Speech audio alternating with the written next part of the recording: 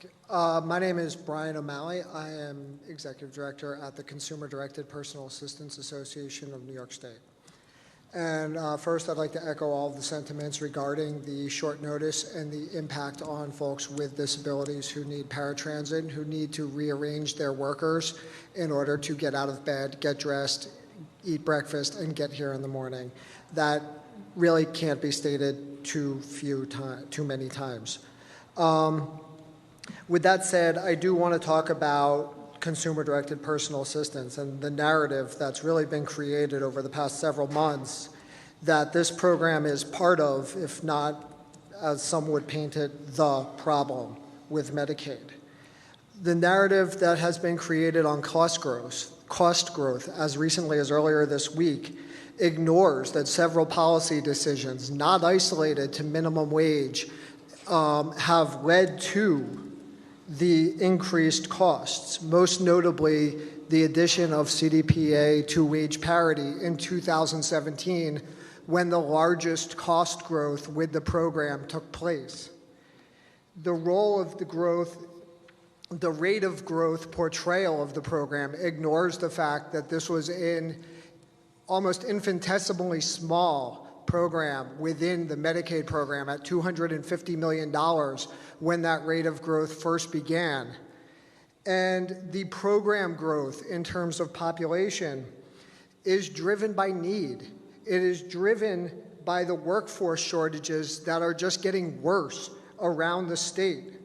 We have been bringing this to the attention of the department for the past several years. The Assembly held 2 days worth of hearings on this several years ago, noting the workforce shortages and the impact it was having. And everybody testified to this except the department, who said there was no shortage. Awareness does drive growth.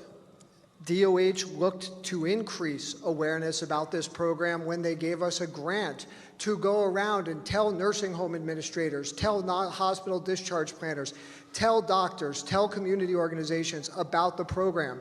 The goal was to get people into this program because the fact of the matter is it saves money. If the expansion population only that we are talking about, this group that is somehow the problem that is from the 2018 on, were in personal care instead of consumer directed, it would have cost the state about $250 million more. If only 25% of that population were in a nursing home, it would have been $1 billion more. So if people need services, and Maximus, a private third-party entity, is coming in and saying they need services, so if people need services, we as a state are proud of our commitment to delivering them. Those are the New York values that we speak of, and we need to honor those values. We look to the commitment to not cut benefits, to not cut services. We have made several proposals that we think will generate savings and improve the quality of the program. We will submit those through the portal. We are continuing to try to come up with more, but we caution that the reimbursement cuts to this program last year which were not to impact services, which were supposedly not going to impact workers, during the brief period they were implemented, they did impact both tremendously, and we would caution that tale. Thank you. Thank you.